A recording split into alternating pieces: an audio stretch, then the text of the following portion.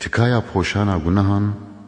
و داخوازا شفاعت جخدای تخت شفاعت به آوای بلندبونا به بال خدای خودی رحمته.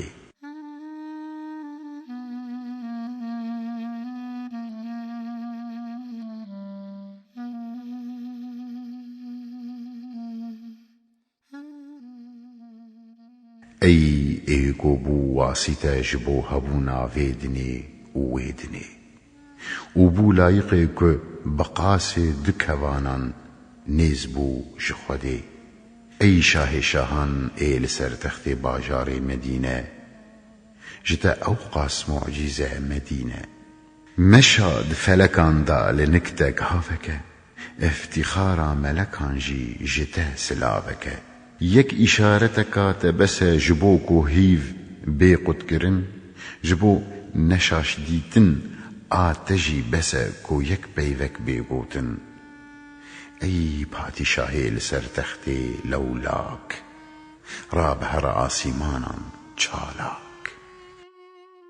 آمدن جتر بوراق و رف رف هورین بتر فریشته رف رف بلا بین هلانین جبر تپرده بی پرده دگل خودی خبرده جیره بیجه تو خودی هیز و گوری جیره بیجه تو هر هوی و تو هر هی انفانی و جارن بتنگا آخیرا نراست راست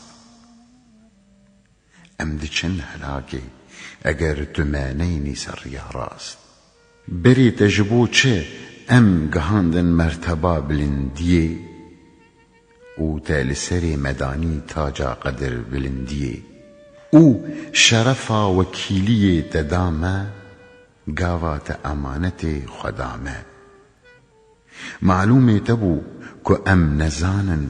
و قدری وی امانتی نزانن هرچی تجبو ما ویا و ایراده کر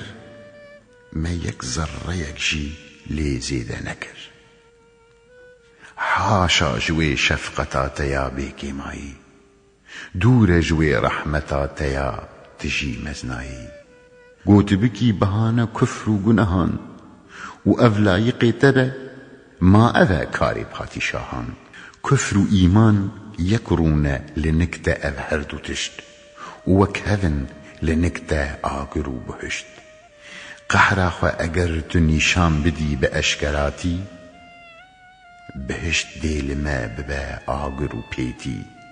اگر هوری رحمتات ببارینه فیزکا مشت لما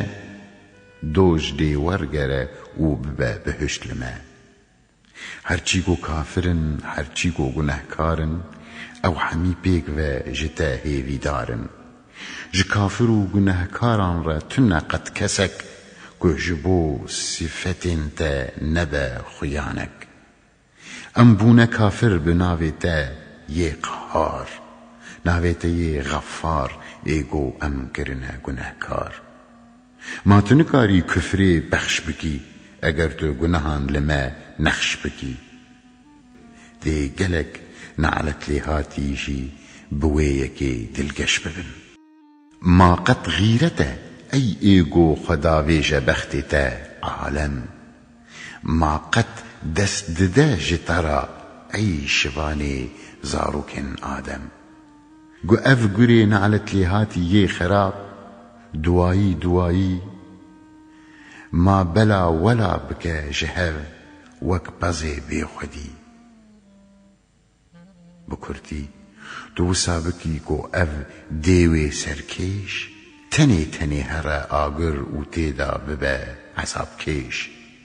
محمویان چه کسی جریزی و چه کسی بجاره چه کسی بخفرش چه کسی نیوچه چه کسی گناهکاره پیک واج شفاعتا